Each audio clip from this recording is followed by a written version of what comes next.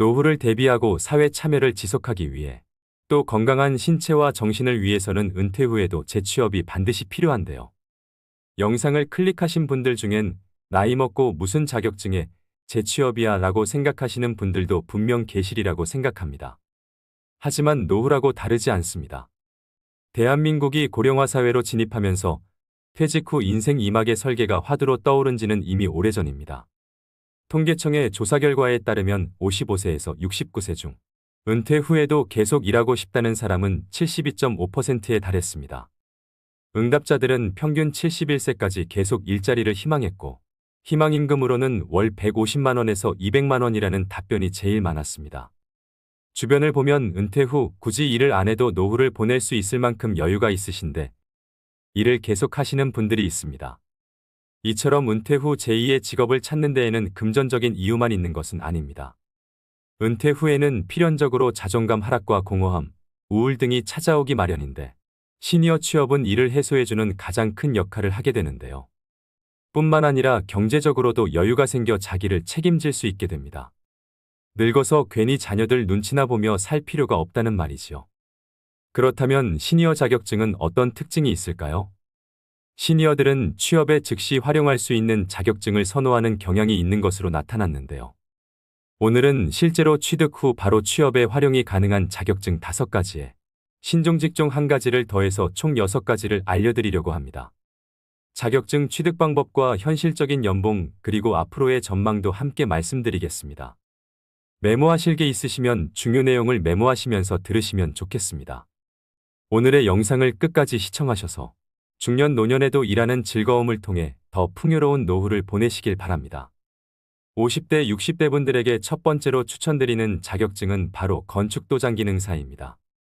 건축도장기능사는 건축물을 보호하기 위해 건물 내외부를 페인트 등으로 도색하는 작업으로 중장년 여성분들도 하실 수 있을 만큼 건설업종에서는 작업 난이도가 무난한 편인데요. 그래서인지 50대 이상 여성의 취득률이 2위로 선정될 만큼 시니어들이 선호하는 자격증입니다. 그렇다면 건축도장기능사가 되려면 어떻게 해야 할까요? 건축도장기능사는 필기는 없고 실기시험만 진행됩니다. 응시 자격에는 제한이 없으며 시험 일정은 1년에 총 4번이 있습니다. 실기 100점 만점에 60점 이상 취득 시 합격인데요. 합격률은 약 60%에 가까운 합격률로 높은 편에 속합니다. 준비만 꼼꼼히 하시면 한 번에 무난히 붙을 수 있는 자격증입니다. 실기의 경우 실제 재료를 가지고 도장 연습을 하는 것이 무엇보다 중요한데 유튜브 등으로 독학하여 준비하시는 분들도 있습니다만 학습 여건상 학원에서 공부하시는 것이 훨씬 많은 도움을 받을 수 있습니다. 그런데 생각보다 많이 드는 비용에 헉할 때가 있습니다. 이럴 때 학원 비용의 부담을 줄일 수 있는 국민내일 배움카드를 활용하셔야 합니다. 은퇴 후 새로운 인생을 준비하는 분들에게 아주 큰 도움이 되는 자격증 지원 사업입니다. 내일 배움카드의 신청 방법 등 자세한 내용은 영상의 끝부분에서 종합적으로 다시 말씀드리겠습니다. 건축도장기능사 자격을 취득하면 도장공으로 취업하는 게 일반적입니다. 앞으로의 취업 전망은 우리나라의 건축물 경우에는 노후화가 심한 상태이기 때문에 수요는 오히려 점점 높아지고 있다고 하는데요. 인테리어 업체로 취업할 경우 기업과 경력, 지역에 따라 다르지만 월 200에서 300만 원 정도이고 건설 현장에서 일할 때의 일당은 보통 15만 원에서 25만 원 수준으로 알려져 있습니다. 요즘에는 예전과 달리 건축물뿐만 아니라 금속, 목재 등 도장 범위가 넓어지고 있어 전망 또한 좋은 편에 속합니다. 또 도장공의 연령이 높고 젊은이들은 직업으로서 진입을 꺼리고 있는 실정이어서 중장년 이상의 인력 수요는 서서히 증가할 전망입니다. 50대, 60대 분들에게 두 번째로 추천드리는 자격증은 바로 한식조리기능사입니다. 한식조리기능사 자격증은 매년 꾸준히 높은 응시율과 여성 시니어들의 인기를 유지하는 자격증인데요. 살림 경험을 바탕으로 요리에 자신 있으신 분들이 가장 선호하는 자격증입니다. 자격증 취득 후 일반 음식점부터 국공립 어린이집이나 병원, 학교 등의 단체급식소에서 조리사로 취업이 가능합니다. 특히 학교 급식소에서 일하면 퇴근 시간이 빠르고 방학 기간에 쉴 수 있다는 장점이 있습니다. 그렇다면 한식조리사가 되려면 어떻게 해야 할까요? 한식기능조리사 자격증은 산업인력공단에서 시행하는 시험으로 나이나 경력, 학력 등의 응시 자격에 제한이 없습니다. 자격증 취득 과정은 필기와 실기 시험으로 나눠지는데요. 필기 시험의 합격률은 45% 정도로 1시간 동안 사지선다형 60문제를 풀어야 되며 60점 이상 맞으면 합격입니다. 문제집 한 권을 사서 2주에서 3주 정도 시간을 투자해 공부하면 무리 없이 합격하는 수준이라고 합니다. 반면 실기시험 합격률은 35% 정도로 결코 난이도가 낮은 시험은 아닙니다. 실기시험은 한식 메뉴 31개 중 2개가 랜덤으로 출제되고 70분 동안 주어진 재료로 조리해야 합니다. 특히 실기시험의 경우엔 공식을 잘 따라 하셔야 되기 때문에 학원에서 수업을 들으시는 게 보다 단기간에 합격할 수 있는 방법인데요. 한식조리 기능사 같은 경우도 내일 배움 카드로 실기시험에 대비한 교육비를 최대 100%까지 지원받을 수 있으니 꼭 활용해 보시면 좋겠습니다. 한식조리 기능사의 연봉은 종일근무 기준 평균 3,300만 원 정도입니다. 대부분의 어린이집이나 단체급식소 같은 경우엔 종일근무가 아닌 파트타임을 선호하는 경우도 많습니다. 결과적으로 한식조리 기능사는 신중년들에게 전망이 밝고 돈을 많이 벌겠다는 목적보다는 요리할 때 즐거움을 느끼고 시간을 유연하게 쓰고 싶은 분들에게 추천하는 자격증입니다. 50대, 60대 분들에게 세 번째로 추천드리는 자격증은 바로 떡제조 기능사입니다. 저도 이번 영상을 준비하면서 처음 접하게 된 자격증인데요. 여러분들도 아마 조금은 생소하실 거라고 생각됩니다. 하지만 떡제조 기능사는 블루오션에 해당하는 자격증 중에 하나라고 합니다. 최근 건강식인 떡을 비롯해 약과 한과 등 다양한 전통 간식들이 다시금 떠오르고 있는데요. 떡이 줄어든 쌀 소비량을 끌어올리고 있을 만큼 전통 디저트를 찾는 소비자 수는 꾸준히 증가하고 있는 추세입니다. 그렇다면 떡 제조 기능사가 되려면 어떻게 해야 할까요? 떡 제조 기능사는 한국산업인력공단 주관으로 진행되는 시험으로 시험 일정은 1년에 4회입니다. 필기 시험은 사지선다형으로 총 60문항을 60분 동안 풀어야 합니다. 한식조리 기능사와 건축도장 기능사와 마찬가지로 100점 만점에 60점 이상이면 통과됩니다. 필기시험 합격률은 75% 정도로 높은 편에 속하지만 현재 연도가 거듭될수록 합격률이 조금씩 낮아지는 걸로 봤을 때 그만큼 난이도가 조금씩 올라가고 있는 추세입니다. 필기의 경우 독학으로 공부하셔도 크게 어려움 없이 합격이 가능합니다. 실기 과목은 떡제조 작업형으로 2시간 동안 시험이 진행되며 맵쌀떡과 찹쌀떡 중 한 종류만 출제가 되는데요. 실기 역시 100점 만점에 60점 이상이면 합격입니다. 실기 시험 합격률은 약 50%로 필기보다 다소 낮은 것을 확인할 수 있는데요. 실기를 좀 더 꼼꼼히 준비하셔서 시험장에 들어가야 할 필요성이 있겠습니다. 떡 제조 기능사 역시 실기 준비는 내일 배움 카드를 활용하시면 학원에서 수강이 가능합니다. 떡 제조 기능사 평균 연봉은 3천만 원 초반 수준인데요. 떡은 한번 배워놓으면 관련 업종을 창업할 수도 있고 카페 곁들인 메뉴로도 낼 수 있다는 메리트가 있기 때문에 전망은 밝은 편입니다. 50대, 60대 분들에게 네 번째로 추천드리는 자격증은 바로 방수기능사입니다. 방수기능사는 말 그대로 건축물에 물이나 습기가 스며들지 않게 하기 위해 지하도나 지붕, 벽, 욕조 등의 방수 작업을 하는 자격을 의미합니다. 육체적으로 작업 난이도가 높지 않은 직업인데요. 건축물의 신축 공사가 많을 때 인기를 끄는 자격증이어서 최근에 매년 3만 명 이상이 시험을 봤던 인기 직종 중 하나입니다. 그렇다면 건축도장 기능사가 되려면 어떻게 해야 할까요? 방수기능사는 건축도장 기능사와 마찬가지로 필기 없이 실기시험으로만 이루어져 있어 큰 부담 없이 편하게 준비 가능하며 100점 만점에 60점 이상이면 합격입니다. 실기시험 시간은 2시간 10분이며 아스팔트 시트지를 재단하고 순서에 맞게 부착하는 작업이 진행됩니다. 합격률은 약 50% 정도로 무엇보다 2시간 10분 안에 작업을 마쳐야 하기 때문에 몸에 익숙해질 때까지 실습을 충분히 해야만 취득할 수 있습니다.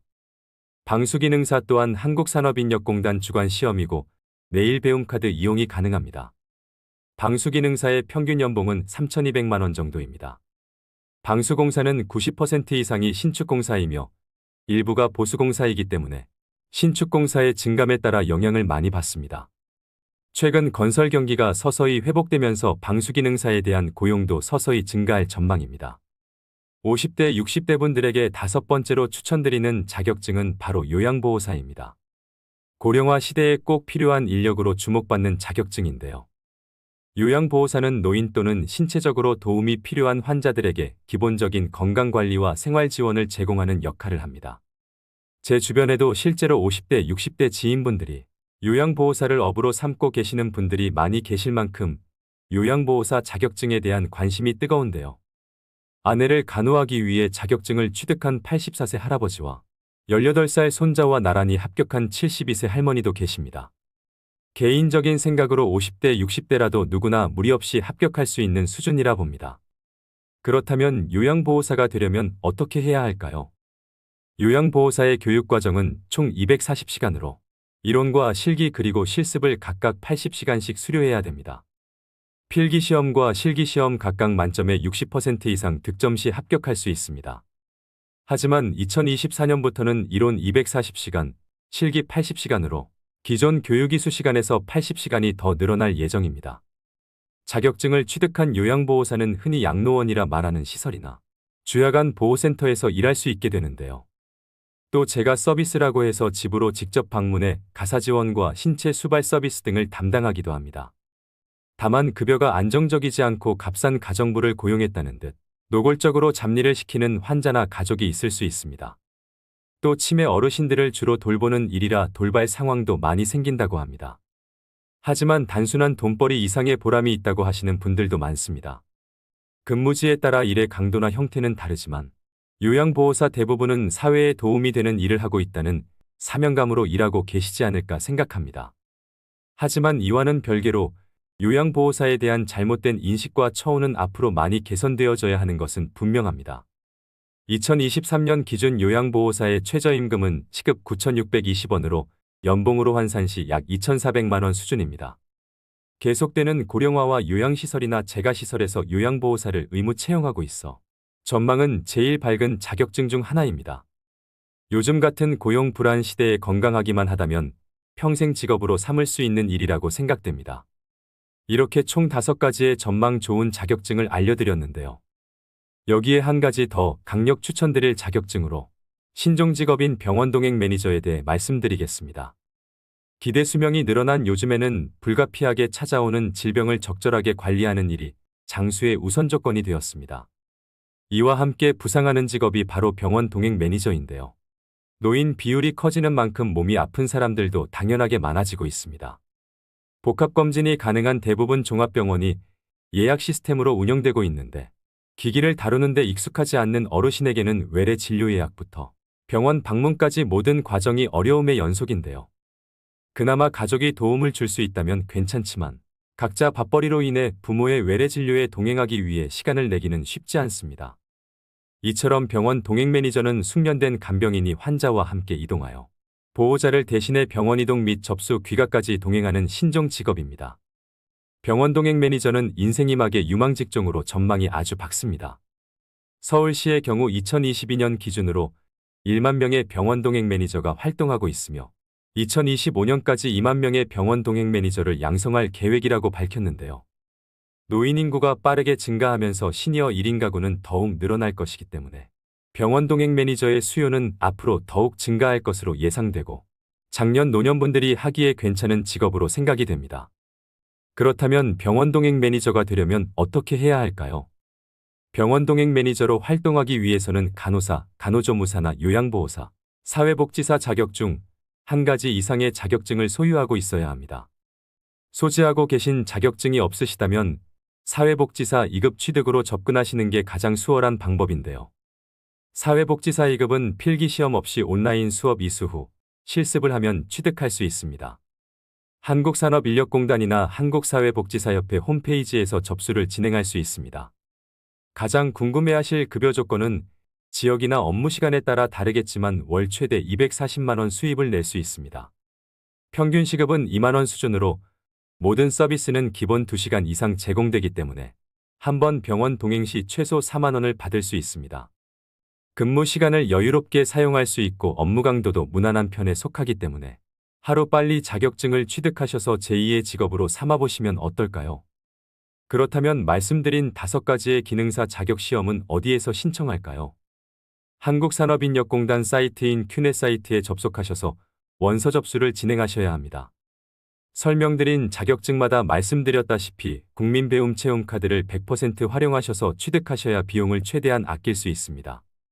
신청 방법은 가까운 고용센터를 방문하시거나 HRD.net 홈페이지를 통해 신청이 가능한데요. 지원 금액은 300만 원이 기본이고 최대 500만 원까지 지원받을 수 있습니다. 지원 범위 내에서 전체 훈련비의 45에서 85%가 국비 지원이 됩니다.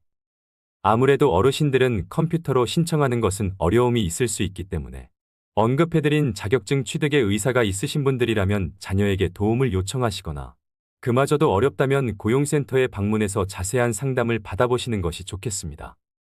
오늘의 영상 어떠셨나요? 영상을 보시고 이렇게 말씀하시는 분들도 계실 겁니다.